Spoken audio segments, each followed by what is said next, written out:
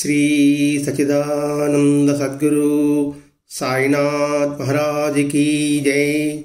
श्री सचिदानंद सद्गुरु हजरत श्री ताजुद्दीन बाबा महाराज की जय। గురుదేవ దత్త। సద్గురు షిరిడి సాయినాథుని యొక్క సన్నిధానంలో ఆచార్య ఎకరాల భరద్వాజ మాస్టర్ గారి యొక్క ఆశీస్సులతో ఈరోజు దావాదిగుంట గ్రామంలో శ్రీ హజరత్ తాజుద్దీన్ బాబా గారి జీవిత చరిత్రలోని అంశాలని వివరించుకుంటున్నాం। గత వారాల్లో తాజుద్దీన్ బాబా గారి యొక్క దివ్య బోధనలు మనం గ్రహించాం। ఈరోజు తాజుద్దీన్ బాబా వైభవం 5వ అధ్యాయమైన తాజుద్దీన్ బాబా వైభవము। వైభవము భవము అంటే శుభము, శ్రేష్టత్వము అనే అర్థాలు ఉంటాయి। వైభవము అంటే ఏమిటి? ఆ శుభము, ఆ శ్రేష్టత్వము బలోపేతంగా ఉంటుంది, గట్టిగా ఉండడము, దృఢంగా ఉండడము అంటే గుడ్, బెటర్, బెస్ట్। ఇక్కడ తాజుద్దీన్ బాబా వయము బెస్ట్ అంటే చాలా దృఢతరమైనది, చాలా శ్రేష్టమైనది, చాలా శుభం కలిగించేది। వాస్తవంగా మనం ఆలోచిస్తుంటే మామూలుగా ఆరోగ్యం సరిగా లేని వారు బాధ నివారణ కోసం కొన్ని మహిమలు ఆధ్యాత్మిక సాధనలో కొంతమందికి సాధకులకి ఇలా చేస్తూ ఉంటారు। వ్యాధులతో బాధపడే రోగులకు వారి బాధ నివారణ చేయడానికి మహిమలను ఆధ్యాత్మిక సాధనలో సామాన్యమైన స్థితులను అందుకున్న సాధకులు కూడా చేస్తూనే ఉంటారు। కానీ అలా నివారణ అయినప్పుడు మనకు ఏ విధంగా నివారణ అయింది? మందు వల్ల అయింది, భగవంతుని కృప వల్ల కలిగించిన నమ్మకం వాళ్ళకి అనుమానంగానే ఉంటుంది, హృదయగతం కూడా కాదు। ఆయన మందు ఇచ్చాడు కాబట్టి, లేదా ఆయన మహిమ చేశాడు కాబట్టి నా వ్యాధి తగ్గింది। కానీ ఈ మందుకి, ఈ మహిమకి వెనక ఒక భగవంతుడి కృప ఒకటి ఉంటుంది, అది కొంచెం అనుమానంగానే ఉంటుంది। మన కృప కనపడలేదు కదా, అందుకని అటువంటి ఆశీస్సులు పొందిన నాస్తికులకి ఏమనుకుంటారు, ఏదో కాకతాళీయంగా జరుగుతుందిలే అనే అవకాశం ఉంది। కానీ కొన్ని రకాల మహిమలు ఉన్నాయి, అది పక్కకు పెట్టడానికి వీల్లేదు। ఎందుకంటే అది అసాధ్యమైనది సుసాధ్యం చేస్తారు। ఇక్కడ దైవ కృప వల్ల కలుగుతుందా నిజంగానా, మందు వల్ల తగ్గదా, లేకపోతే వాళ్ళ మహిమలు తగ్గదా అనే ప్రశ్న కూడా వస్తుంది। అందుకే లౌకికంలో జరిగే ప్రతి ఒక్క సంఘటనని మనం నిరంతరం గమనిస్తూ ఉండాలి। నాకు ఆరోగ్యం సరిగా లేదు, నేను డాక్టర్ దగ్గరికి వెళ్ళాను, ఒకసారి, 2 సార్లు, 3 సార్లు, 4 సార్లు వెళ్ళాను, 5వసారి ఆయనకు స్మరణకు వస్తుంది, 5వసారి ఆయనకు స్మరణ తెప్పిస్తాడు భగవంతుడు। ఎందుకంటే చైతన్య స్థితి, భగవంతుని యొక్క స్థితి నిరంతరము అందరిలో ప్రకటమవుతుంటుంది। అప్పుడప్పుడు ఈ మంతు నాకు ఇంతకు ఐడియా లేదు అంటే భగవంతుని కృప వల్ల అతనికి ఆ మందు గుర్తు రావడం జరుగుతుంది। అంటే ప్రతి ఒక్కటి దైవ నిర్ణయం ప్రకారమే జరుగుతుంది। శివుని ఆజ్ఞ ఏమైనా పుట్టదు అనే పదం మనం రెగ్యులర్గా వాడుతూనే ఉంటాం। మనం తోలుబొమ్మలాట లాంటి వాడు, ఆడించేవాడు ఒకడున్నాడు, సర్వేశ్వరుడు అంటే ఎందుకండి, ఒక ఆర్థోపెడిక్ సర్జన్ చాలా గొప్ప వ్యక్తి, దాదాపు అమెరికాలో 15 సంవత్సరాలు ప్రాక్టీస్ పొంది ఎన్నో అవార్డులు కూడా పొందాడు. తిరిగి ఇండియాకు వచ్చారు. 20 సంవత్సరాలు ఇండియాలో పెద్ద పేరు మోసిన ఆర్థోపెడిక్ సర్జన్ డాక్టర్. ఆయన మోకాళ్ళని మార్పిడిలో స్పెషలిస్ట్. అటువంటి వ్యక్తి ఒక స్నేహితుడింటికి వెళ్ళాడు. దైవ నిర్ణయం ఎలా ఉంటుందనే సంగతి మనం మాట్లాడుకుంటున్నామండి. ఆడ వెళ్ళిన తర్వాత వాళ్ళ స్నేహితుడి యొక్క తల్లి 55-60 సంవత్సరాలు ఉంటుంది. ఇప్పుడు ఈ డాక్టర్కి అక్కడ ఒక 15 ఏళ్ళు, ఇక్కడ 25-40 ప్లస్ 25-65 సంవత్సరాలు ఉంటుంది. అక్కడ వెళ్ళిన తర్వాత వాళ్ళ తల్లి మోకాళ్ళ మీద నడుస్తుంది. మోకాళ్ళతోనే చెల్లి కూర్చుంటుంది. చిన్న స్టూల్ వేసుకుని దాని ప్రకారం ఏదో వంట అన్నీ చేసుకుంటూ ఉంది. ఈ డాక్టర్ వెళ్ళి, నేను మీ అమ్మకి సత్యశిఖ చేస్తాను అని అంటాడు. చూడండి, దైవ ప్రేరణ ఎలా వస్తుంటుందండి. విధి రాతని ఎలా మనం తప్పించలేమన్న సంగతి గుర్తించాలండి. అనేటప్పటికీ ఎందుకు ఇప్పటికీ 50-60 మధ్యలో వచ్చేసిందమ్మా, ఆమెకి ఎందుకులే ఆపరేషన్ అని ఆ స్నేహితుడు అనడం. ఆమె చేసుకునేప్పుడు నాకెందుకులే ఇంకా ఆపరేషను అని అన్నాడు. లేదు నేను సక్సెస్ఫుల్ చేస్తాను, ఎన్నో చేస్తున్నా అని చెప్పాడు. సరే, ఇంకా స్నేహితుడు చెప్తున్నాడు కదా అనేసి ఆపరేషన్ రెడీ అయ్యారండి. ఆపరేషన్ థియేటర్లోకి వెళ్ళారు. కాలు వచ్చి మడతపడిపోయిందనమాట. ఆ మడతపడిపోయిన కాలుని ఆపరేషన్ థియేటర్లో అలా లాగారు. లాగగానే అని చనిపోయింది. అంటే ఏమైంది? ఆయనకి ఆశ్చర్యం అయిపోయింది. ఏంటి ఏమైందంటే ఆ నరాలు వచ్చి తలపి చప్పని కొట్టింది. అంటే ఆయన ఆపరేషన్ చేయలేని డాక్టర్ ఏమన్నా? అట్లాంటి కొన్ని వేలు చేసేవాడు ఆయన. అది ఇక్కడ ఎందుకు దైవకృప అనే పదం ఇక్కడ మనం చెప్పుకుంటున్నామంటే, దైవకృప వల్లనే మనకి అది మంచి కానీ చెడు కానీ రెండు మన ప్రారంధానంతో జరుగుతుంటుంది. ఒకవేళ ఆయనకు సక్సెస్ అయింది అనుకోండి, ఆ సక్సెస్ అయ్యడానికి కారణభూతుడు దైవకృప. కాబట్టి ఏది కాకతాళే మాత్రం కాదు. కాబట్టి వీటికి అతీతమైన కొన్ని ఉంటాయండి. తాజుద్దీన్ బాబా అటువంటి లీలను చూసి తాము ఉత్తమ మహనీయుడని అందరికీ తెలియపరిచారు. ఎందుకు తెలియపరచాల్సి వచ్చిన అవసరం ఏంటి అంటే, భగవద్భక్తిని పెంపొందించడం కోసం. బాబా ప్రదర్శించినటువంటి మహిమల్లో మనసుకు బాగా హత్తుకోగల మహిమ అంటే, ఒకే సమయంలో ఒకే చోట్ల వేరు రూపాలతో ప్రకటమవ్వడం. ఆయన సకర్దాలో ఉన్నాడు, వాక్యంలో ఉంటాడు. ఒక భక్తుడింటికి వెళ్తాడు, ఇంకో భక్తునికి వేరే రూపంలో వెళ్తాడు. ఆఫీస్కి వెళ్తాడు, కష్టాన్ని ఆదుకోవడం కానీ లేక ఆఫీస్ పనులు తాము నిర్వహించడం కానీ, ఇది వాళ్ళ భక్తుల తరపున. ఒకసారి లాయర్ వేషంలో వెళ్తాడు, ఒకసారి జడ్జిగా అవతరించారు. వేరు రూపాలు. ఇటువంటి మహిమలు షిరిడి సాయిబాబా వంటి అనేకం సద్గులు ప్రదర్శించి ఉన్నారు. ఇంక బాబా చరిత్రలో మనం చూసుకుంటే బలవంత్ నాథ్నే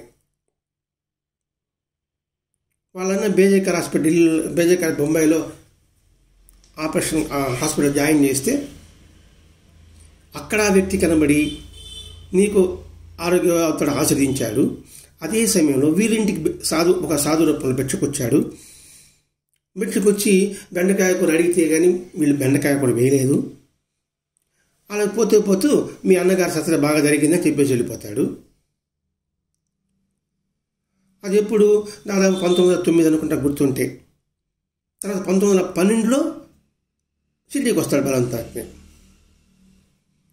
అప్పుడు బాబాయ్ ఉంటాడు, నేను వీరింటికి వెళ్ళాను, అడిగితే కానీ బెండకాయ కూర వేయలేదంటాడు.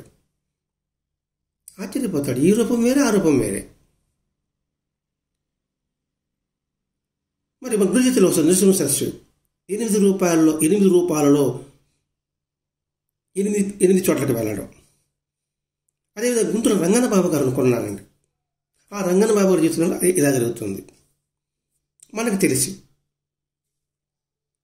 మరి అనేక మంది ఎందుకు ఇలా ప్రదర్శించేవారంటే అన్ని చైతన్య స్వరూపం వారు ఒకటి కాబట్టి.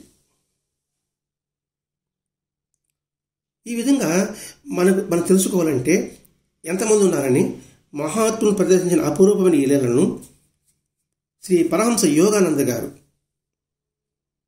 ఆయన సేకరించి ఆటోబయోగ్రఫీ ఆఫ్ యోగి అనే పుస్తకంలో ప్రచురించారండి. అంటే యోగి ఆత్మకథ తెలుగులో అయితే. ఈ యోగానంద గారు వాళ్ళ గురువు బాబా అంటారండి. బాబా అంటే మనకి ఒక సినిమా వచ్చింది, రజనీకాంత్ సినిమా బాబా. అందులో గురువు గారిని చూపిస్తారు చూడండి. ఆ గురువు గారికి శిష్యుడు యోగానంద గారు. మనకి మాస్టర్ గారు అనుగ్రహిస్తే యోగి ఆత్మకథ కూడా సత్సంగా చెప్పుకోవడానికి మనం ప్రయత్నం చేద్దాం. ఇటువంటి ఇళ్ళు అరబ్బీ దేశంలో మహాత్ములు కావచ్చు, ఇజ్రాయెల్లో మహాత్ములు కావచ్చు ప్రదర్శించినట్లు ఆధారాలు ఉన్నాయి. కాబట్టి ఇది అసాధ్యం మాత్రం కాదు. ఇది సైన్స్కి అందదు. అపనమ్మకం అంటే అది చెల్లదు. మనకు తెలియనంత మాత్రం అది లేదని చెప్పడానికి అవకాశం లేదు. అంతేకాకుండా ఒక్క క్షణం కన్ను తెరిచే లోపల కొన్ని వేల కొద్ది మైలు ప్రయాణం చేసి తన భక్తులను ఆదుకునే సందర్భాలు కూడా ఉన్నాయి. తాజుదీన్ అభిషేకం కాదు, మహాత్మ జీవితాలు అన్నింటిలో అందరిలో ఉన్నాయి.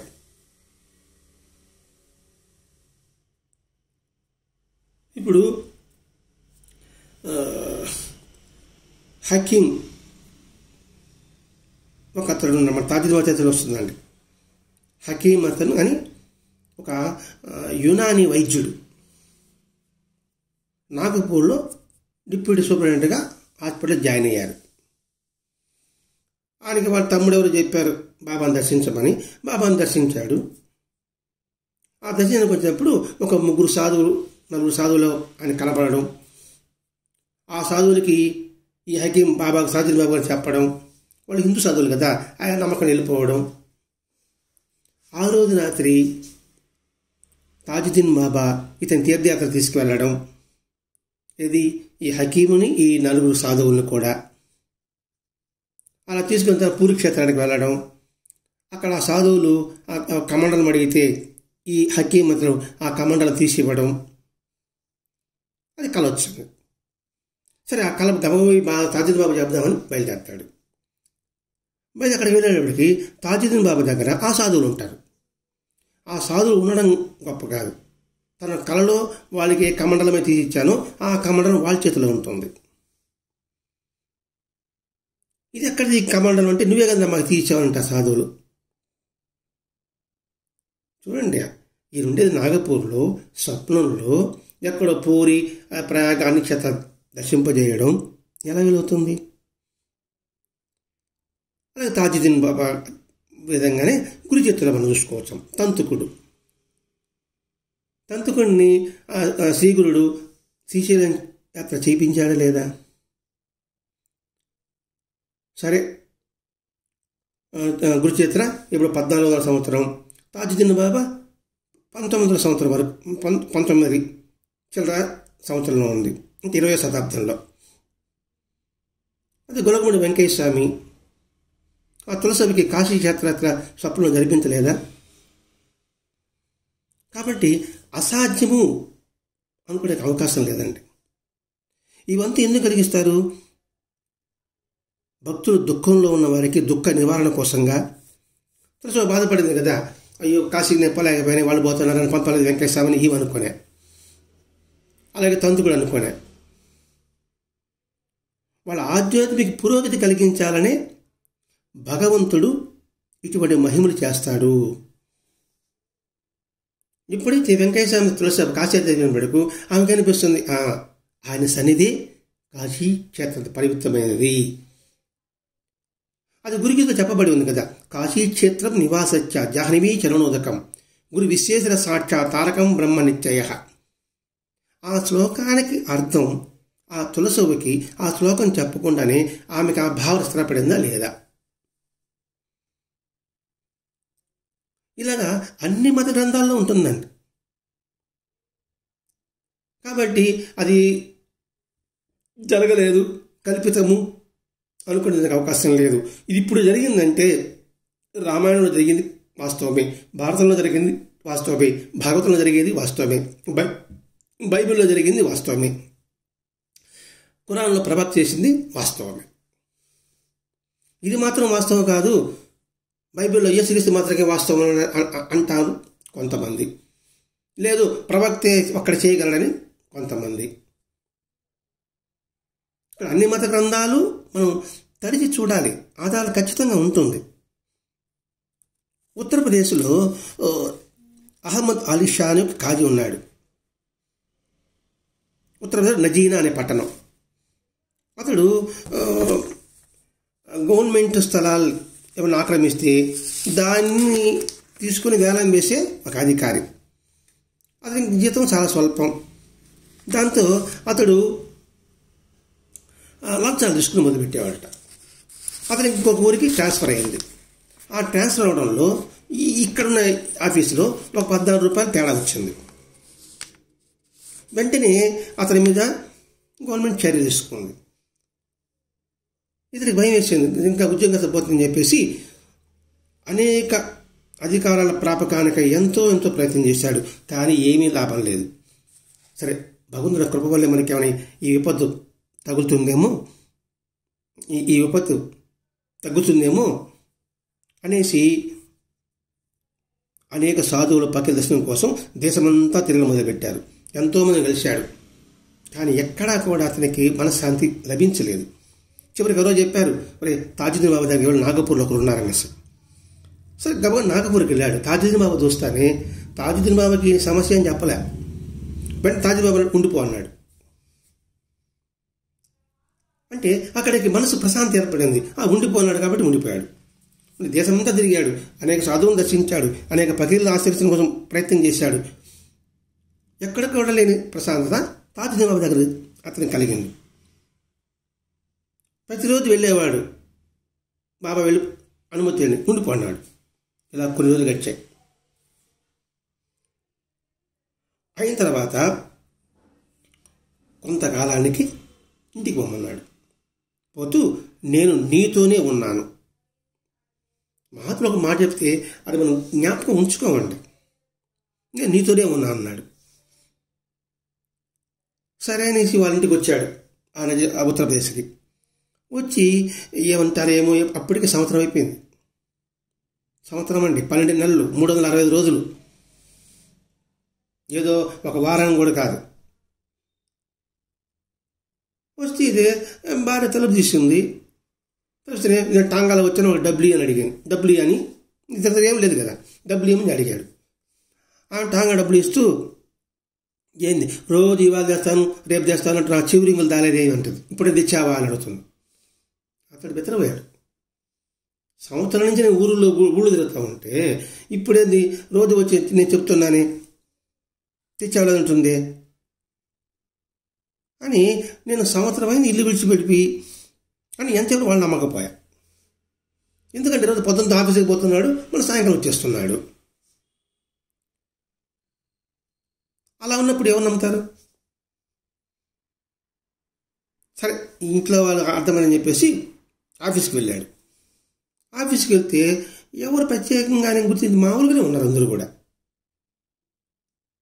పోయి సంతకాలు పెట్టి అటెండెన్స్ రిజిస్టర్ చూస్తే రోజు సంతకం పెట్టినట్టుగా ఉంది, 10 గంటల జీతం తీసుకున్నట్టుగా ఉంది. ఇది 12 నెలలు కూడా. అతని మీద ఉన్న కేసు కాస్త బలహీనమైపోయింది. ఇతనికి అనుకూలంగా వచ్చింది. దీనికి ఆలోచిస్తే ఇక్కడ బుర్ర గీక్కున్నాడు, ఏం అర్థం కాలే. ఒకసారి కట్టింది, నేను నీలోనే ఉన్నాను, నేను నీతోనే ఉన్నాను అన్నాడే. అప్పుడు గుర్తొచ్చింది, అబ్బా బాబా చెప్పింది ఈ మాటని ఆయన నెరవేర్చాడు కదా. అంటే బాబా నా రూపం ధరించి ఇటు కోర్టులకి ఆఫీసుకి ఇంట్లో కూడా అద్భుతమైన మహిమను చేశాడు కదా అని కరుణ కూడిన కృతజ్ఞతతో నాకు కూడా బయలుదేరాడు ఆయన కృతజ్ఞత చెప్పడానికి. అక్కడే ఢిల్లీలో రైలు మారాలి. ఆ రైలు మారుతున్నప్పుడు ఒక కాజీ, మనకు ఒక కుక్క ఇతర పక్కనే వస్తూ ఉంది. ఇతడేం గుర్తించలే. ఎవరు మామూలుగా పోతే ఎవరు గుర్తిస్తారు? ఏదో మన పక్కన పోయాడు అనుకుంటారు. సరే, ముందు కుక్క కాజీ బయట వెళ్ళిపోయారు. ఇతడు టికెట్ అడిగాడు. అది వాడు వస్తున్నాడు కదా, వాడి దగ్గర టికెట్ ఉందన్నాడు. ఇతని దగ్గర వెంటనే టికెట్ కలడు. టికెట్ యాడ్ అన్నాడు. ఒక టికెట్ ఇచ్చాడు. వాళ్ళ దగ్గర టికెట్ యాడ్ అన్నాడు. వాళ్ళెవరో నాకు తెలియదు అన్నాడు ఈ అహ్మద్ అలీ షా. సరే, ఏదో ఫైన్ కట్టాడు, వచ్చేసాడు. చూస్తే బయట కుక్క లేదు, ఆ కాజీ లేదు. బతికేవాడు ఆయన అని నాగపూడి తాజుద్దీన్ బాబు చూస్తేనే ఆయన అన్నాడు పెద్దగా నవ్వుతూ, ఒరే, నేను నీతోనే ఉంటాను, నీకు చెప్పలేదా? మరి ఢిల్లీ రైల్వే స్టేషన్లో నా మాటలు మర్చిపోయి మన సంబంధాన్ని తెంచేసావు కదరా అన్నాడు. ఎట్లుంటుంది మనసు, ఎట్లుంటుందంటే మాట కాదని. మరి ఇంతకాలం కాపాడు, సంవత్సరం రోజులు నువ్వు పెట్టుకొని, సంవత్సరం రోజులు 12 నెలలు జీతం ఇప్పించి, 12 నెలలు 365 రోజులు ఆఫీస్కి వెళ్ళి ఇంట్లో ఉన్న కార్యక్రమాలకు అందరికీ వసతి చూసిన ఆ వ్యక్తిని మర్చిపోయాను. ఆ కాజీ సాక్షాత్తు తాజుద్దీన్ బాబా అనే సంగతి నాకెందుకు మరిపొచ్చింది? ఎంత మూర్ఖంగా ప్రవర్తించాను అంటే ఏంటి? మహా చెప్పిన వాక్యాన్ని మర్చిపోవడం వల్ల. ఆయన నాకేమో సంబంధం లేదని తిరస్కరించానే. ఆ భావం మనసులో గుండెలు పిండేసిందండి. కళ్ళలో నీళ్లు నిండిపోయాయి. పశ్చాత్తాపంతో ముఖ్యశాస్త్ర బాబాని పదాలు ఆశ్రయించాడు. మహాత్ములు క్షమించడానికి రెడీగా ఉంటారండి తాజు సర్కార్కి, నిజమైన పశ్చాత్తాపం అని ఆశీర్వదించారు. ఇక్కడ మనకు చిన్న అనుమానం రావచ్చు. అతడు అవినీతిపరుడు కదా, అతడు ఎందుకు మనం లక్షించడం అంటే ఏంటి? అవినీతిపరుడిని భగవంతుని ఆశ్రయిస్తే తప్పు క్షమించేస్తాడా? ఇది ఎక్కడ విడ్డూరమండి అని సందేహం మనకు కలుగుతుంది. కలగాలి కూడా. అందుకే పశ్చాత్తాపానికి మించిన ప్రాయశ్చిత్తం లేదని పెద్దలు ఒక మాట అన్నారు. అసలు నిజమైన పశ్చాత్తాపంతో మహాత్ముని పకీరు రచించడానికి ప్రయాణం అయ్యాడే కానీ షికారుకు పుకారుకు వెళ్ళలేదు. నిజమైన పశ్చాత్తాపడికి క్షమించే గుణం భగవంతునికి ఉంటుంది. అంటే ఏంటి? పశ్చాత్తాపడిన తర్వాత తిరిగి ఆ పని మనం చేయకుండా ఉండగలిగిన భావం ఎప్పుడైతే మనసులో మెదులుతుందో అప్పుడు భగవంతుడు క్షమాపణ ఇస్తాడు. మరి ఇది ఎంతవరకు వాస్తవం అంటే, వేమన ఆయన యొక్క జీవితం ఎలా ఉన్నింది? పాండురంగలో పుత్తికర పుండరీకుడు అతని జీవితం ఎలా ఉన్నింది? చివరికి పాండురంగడే విఠలుడే ఆయన దగ్గరికి సన్నిధికి వచ్చాడు. అంటే వాడి నిజమైన పశ్చాత్తాపం కలిగినప్పుడు తప్పకుండా భగవంతుని కృప సంపూర్ణంగా లభిస్తుంది. దీనికి ఇంకా మనం ప్రత్యక్షంగా చూడాలనుకుంటే సద్గురు సాయి సీరియల్. ఒక్కొక్క సంఘటనలో అతను మార్పు వచ్చింది, అతన్ని నమ్మండి, విశ్వసించండి అని బాగా ప్రత్యేకంగా చెప్తాడు. చిన్న పొరపాటులు చేస్తున్నాడు. ఉదాహరణకి శ్యామ కొడుకు ఉద్ధవ్ సద్గురు సాయి సీరియల్ మనం చూసుకుంటే నాన్న నమ్మడు, తల్లి నమ్మరు, ఆ ఊళ్ళో వాళ్ళు నమ్మరు. కానీ అతను నిజమైన వచ్చిన పశ్చాత్తాపాన్ని బాబా గుర్తించి అతన్ని క్షమించమని చెప్పాడా లేదా? ఇట్లా మనం ఆలోచించాలండి. అంతేగాని ఇది వితండవాదంగా అది వీలవుతుందండి అంటే మనం కూడా అవినీతి పరైనప్పుడు భగవంతుని చేస్తే వచ్చేస్తుందా? ఇది కల్పితము అని గబక్కన అనేస్తాం. మనకు తెలియనంత మాత్రాన అది వాస్తవం కాదని ఎలా అనుకుంటాం? నీకు వాస్తవమో కాదో పరిశీలించు. నువ్వు పరిశీలించకుండా మనమే దాని మీద ఒక అభిప్రాయం ఏర్పరచుకోవడం, దాని మీదనే కాదు, దేని మీదైనా సరే ఏదో ఎందుకు, ఏమిటి, ఎలా ప్రతి క్షణం ఆలోచించి ఎందుకు, ఏమిటి, ఎలా అనే ఆలోచన ప్రతి వ్యక్తిలో కలగాలండి, కలిగించుకోవాలి. అందుకే అనేక మహాత్మ గ్రంథాలు చదవడం, అనేక మత గ్రంథాల గురించి తెలుసుకోవడం, అది ఒక నియమం కావాలి, అలవాటు అవ్వాలి. అందుకే ఇప్పుడు భారతం రాశాడు, వేదాలు విభజించాడు. మరి భాగవతం ఎందుకు రాయాలనిపించింది వ్యాస భగవానుడికి? అంటే ఏంటి? భాగవతోత్తములు వాళ్ళ యొక్క జీవితం ఎలా ఉంటుంది, భగవంతుడు ఏ విధంగా అయితే వాళ్ళని కరుణించాడు. కాబట్టి వాళ్ళ జీవితాన్ని ఆధారంగా తీసుకుంటే మన జీవన ప్రయాణం సులభంగా ఉంటుంది. అంటే వాళ్ళ యొక్క జీవితం మనకు ప్రేరణ కలిగిస్తుంది. అయితే ఎందుకు ఆయన భాగవతం రాయాల్సిన అవసరం ఆయనకే ఉందండి? అంటే వారి యొక్క జీవితం ప్రతి ఒక్కరికి ఉన్నతమైన స్థితికి వెళ్ళడానికి ఒక ఉదాహరణ వాళ్ళు. అందుకే నేను బుధవారం శాతం చెప్పుకున్నాం. శాస్త్రవేత్తలు కావచ్చు, సామాజికవేత్తలు కావచ్చు, ఆధ్యాత్మికవేత్తలు కావచ్చు, చివరికి పంటలు పండించే రైతు కూడా కావచ్చు, వారిని ఆదర్శంగా తీసుకొని, వారిని స్ఫూర్తిదాయకంగా తీసుకొని ఉన్నత శిఖరాలు అధిరోహించడానికి అవకాశం ఉంది అని. అందుకని ఈ ఇంట్లో వివరణ ఇచ్చుకుంటూ వస్తున్నామండి. ఒకసారి మద్రాసులో ఒక బ్రాహ్మణుడు ఒకడు 4 రోజులు ఆఫీస్కి సెలవు పెట్టి నాగపూర్ తాజీవాదకు బయలుదేరాడు సకర్దార్కి. ఆయన సేవ చేసుకుంటూ 4 రోజులు ఆనందంగా ఉన్నాడు. 4 రోజులు సాయంత్రం స్వామిని వెళ్ళొస్తా అన్నాడు. బాబా అనుమతి వల్ల 6 రోజులు గడిచిపోయింది. ఆఫీసులో ఏమవుతుంది, మనం 4 రోజులకి లీవ్ పెట్టాం కదా, ఇప్పుడు 6 రోజులు అయిపోయింది, ఎట్లా దింపిస్తే గబగబా మద్రాసు ప్రయాణమయ్యాడు. 6 రోజులు గడిచాయి. మళ్ళా పక్క రోజు అడిగాడు, మళ్ళా అనుమతి ఇవ్వలే. సరే అలాగే సేవ చేసుకుంటున్నారు. 1 నెల రోజులు గడిచాక బాబా అతను పంపివేశారు. 1 నెల రోజుల తర్వాత అతనికి అనుమతి ఇచ్చాడు. 1 నెల రోజులు ఆఫీస్కి పోతే జీతం వస్తుంది అసలు? ఆయన ఆనందంతో పోతున్నాడండి. ఇల్లు చేరాడు. ఇంట్లో భార్య కానీ పిల్లలు కానీ అతనికి ఎంతకాలం ఎక్కడో పోయావరా, ఎందుకు రాలేదు, ఒక్క మాట అడగలేదు. ఆఫీసుకి పోతే 1 నెల రోజు ఎగ్గొట్టాయేమిటి అని ఒక్కడు ప్రశ్నించలేదు. ఎప్పటిలాగే రోజు సాయంత్రం పోతున్నాడు, పొద్దున పోతున్నాడు, సాయంత్రం వచ్చేస్తున్నాడు. ఆఫీస్కి వెళ్తానే అక్కడ బంటోతు ఉంటాడు కదండి, ప్యూన్ ఉంటాడు కదా, ప్యూన్ ఒక ఫైల్ తెచ్చి చూపించి, ఈ ఫైల్ చూడండి, నేను ఇచ్చిన ఫైల్ నాకు ఇవ్వండి అంటున్నాడు. ఆఫీస్కి రమ్మంటున్నాడు, నేను ఇచ్చిన ఫైలు అది చూసి ఉంటారు కదా మీరు అన్నాడు. ఏం అర్థం కాదు. ఎలాంటి ఫైల్ నేను చూడలేమండి ఇప్పుడే ఆఫీస్కి వస్తుంటే.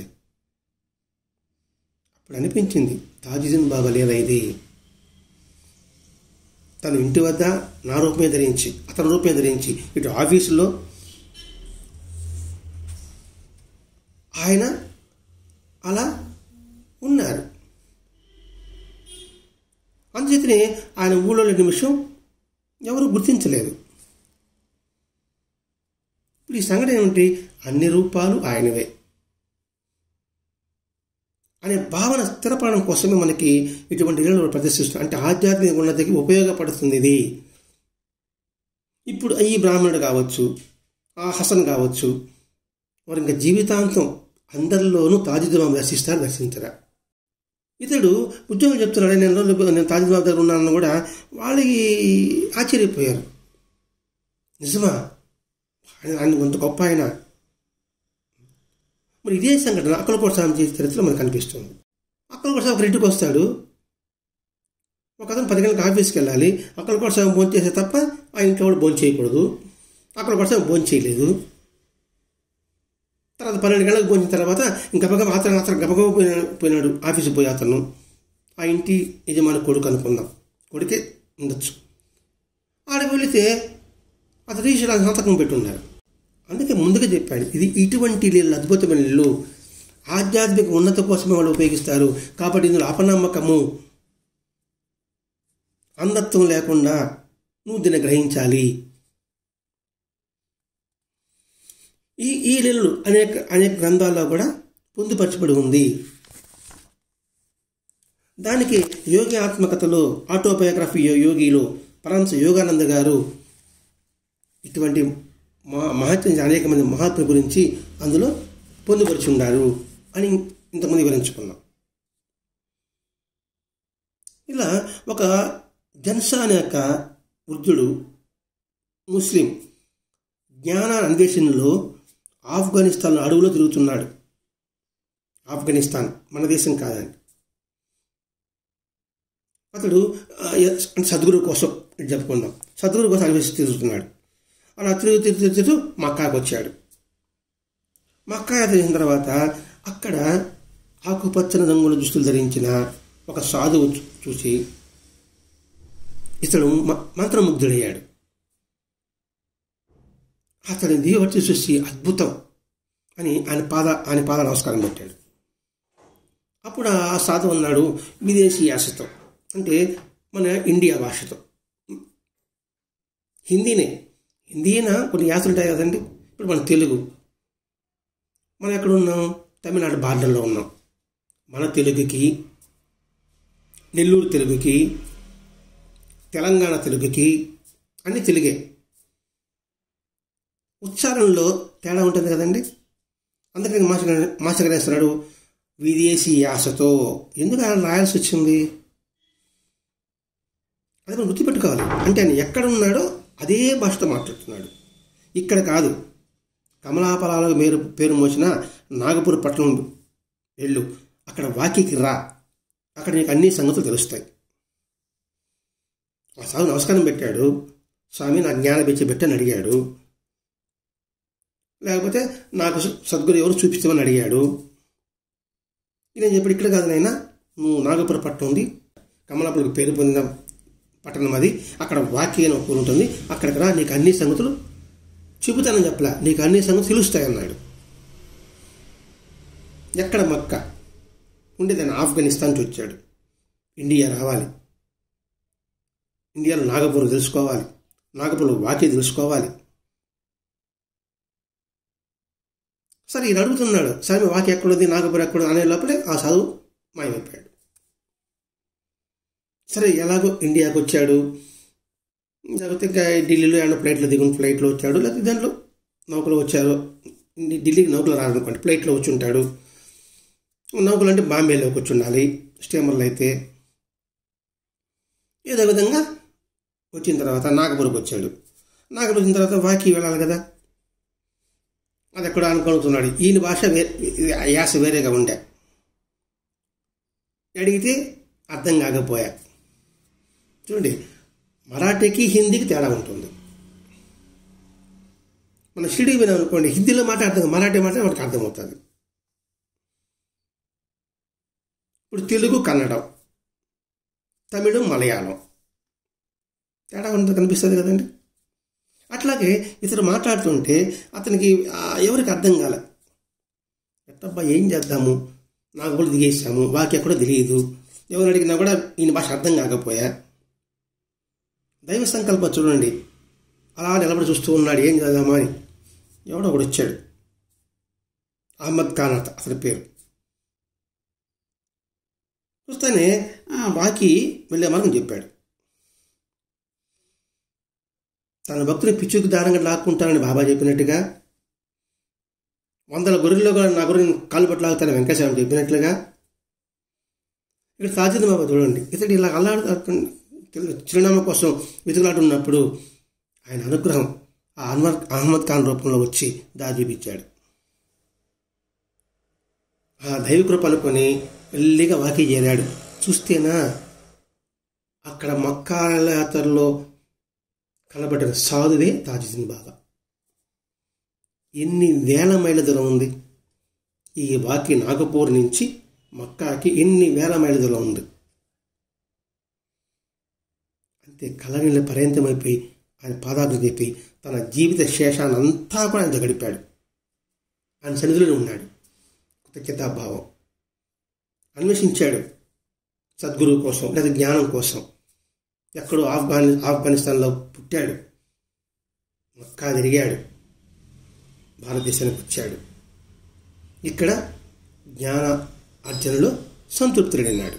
అప్పుడు మన భారతదేశం ఎటువంటి దేశం అనుకోవాలి మనం? అందుకే మన భారతదేశం తపోభూమి. ఎక్కడ లభించని అతనికి జ్ఞానం భారతదేశంలో నాగపూర్లో వాకీ దగ్గర తాజుద్దీన్ బాబా సన్నిధిలో ఆయన లభించింది. ఆయన కృతజ్ఞతగా తన జీవితం అంతా అక్కడే గడిపేశాడు. అలా చూస్తున్నప్పుడు ఒకసారి బాబా ఒక భావోద్వేగంతో ఎవనో తిడుతున్నాడు. ఇతను అడిగాడు, ఏంటి బాబా, ఎందుకు వాళ్ళు అలా తిడుతున్నారని. ప్రేమగా చెప్తున్నాడు, నేను తిట్టలేదు నాయనా, నేను ఆశీర్దిస్తున్నా. అంటే మనకేం తిట్టు అనిపిస్తుంది, కానీ ఆ తిట్టులో ఉన్న భావాన్ని మనం గుర్తించాం. శ్యామం వచ్చాడు, పాము కాటేసింది, పూర్వ బయటకు అన్నాడు. చూసేవాడికి అనిపిస్తుంది, చూసేవాడి సంగతి దేవుడు ఎరుగు. శ్యామకి ఏమనిపిస్తుంది, ఏదైనా నేను ఈ నమ్ముకొని వస్తే పో బయటకు అంటున్నాడు అనిపిస్తుంది.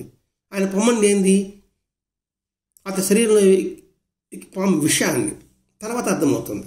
అంటే మహాత్ముల మాటలకి ఆ మాటలు అర్థం చేసుకోవడం చాలా కష్టం. ఇప్పుడు వెంకటస్వామి మడుగులు అంటాడు, అది అంటాడు, పడగలు అంటాడు, ఇది అంటాడు, మనకేం అర్థమవుతుంది. చాకల యోగం అన్నాడు, మంగళ యోగం అన్నాడు, డుబ్బుకు అన్నాడు, మనకేం అర్థమవుతుంది. అది అర్థం చేసుకునే స్థితి మనం కలిగి ఉంటే ఈ మాటలు ఇంత అర్థం ఉంది అని మనకి అవగాహన వస్తుంది. ఆఫ్ఘనిస్తాన్ నుంచి ఆ భక్తిని తన చెంత చేర్చుకున్న బాబాచర్య మరి అద్భుతమైనది కాదా.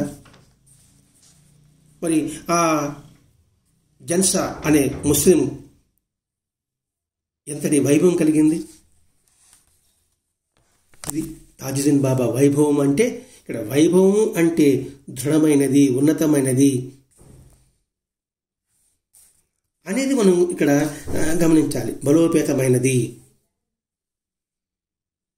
అటువంటి బలోపేతమైన తాజుద్దీన్ బాబా యొక్క స్థితిని మనకు భరద్వాజ మాస్టర్ గారు అందించి, భగవంతుడు సంకల్పం మాత్రంతో అనేక రూపాలు ధరించినట్టుగా కృష్ణుడు చూడండి కొన్ని గోపికలంతా కనిపించాడు. అది వాస్తవమా, అది కల్పితమండి అని అంటాం మనం. కానీ ఈ తాజుద్దీన్ బాబా విషయం కావచ్చు, ముస్లిం సరస్వతి విషయం కావచ్చు, గుంటూరు రంగన్న బాబు గారు ఆయన విషయం కావచ్చు, గొల్లమూడి వెంకటేశ్వర సంగతి కావచ్చు, మరి వీరి చరిత్ర చూస్తే భాగవతం జరిగింది కూడా వాస్తవమే అనే విషయం మనకు స్ఫురణకు వస్తుంది. కాబట్టి మహాత్ములు రచించిన ప్రతి ఒక్క వాక్యం కూడా సత్యము సత్యము సత్యము. అది తెలుసుకోవాలంటే అనేక మహాత్మ చరిత్ర జీవితాన్ని నువ్వు పరిశోధించు. నువ్వు పరిశోధించకుండానే అదంతా లేదంటే ఎలా ఉంటుంది. కాబట్టి ఈ తాజుద్దీన్ బాబా చరిత్ర యొక్క జీవిత చరిత్ర అందించిన భరద్వాజ మాస్టర్ గారికి కృతజ్ఞతలు చేసుకుంటూ, భగవంతుడు సర్వాంతర్యామి అనే భావాన్ని స్థిరపరచుకుంటూ, ఆ భగవంతుడే మానవ రూపంలో అవతరించి మహాత్ములుగా మనం ఉద్ధరించడానికి వారి అవతరణ జరిగిందని గుర్తించి, అందరి మహాత్ముల యొక్క తత్వం ఒకటి అనే భావాన్ని స్థిరత్వం చేసుకుంటూ, ఆ మహాత్ముల యొక్క కృపని పొందుదాం. స్వస్తి. శ్రీ సచ్చిదానంద సద్గురు తాజుద్దీన్ బాబా మహారాజ్ కీ జై. శ్రీ సచ్చిదానంద సద్గురు సాయినాథ్ మహారాజ్ కీ జై. గురుదేవ దత్త.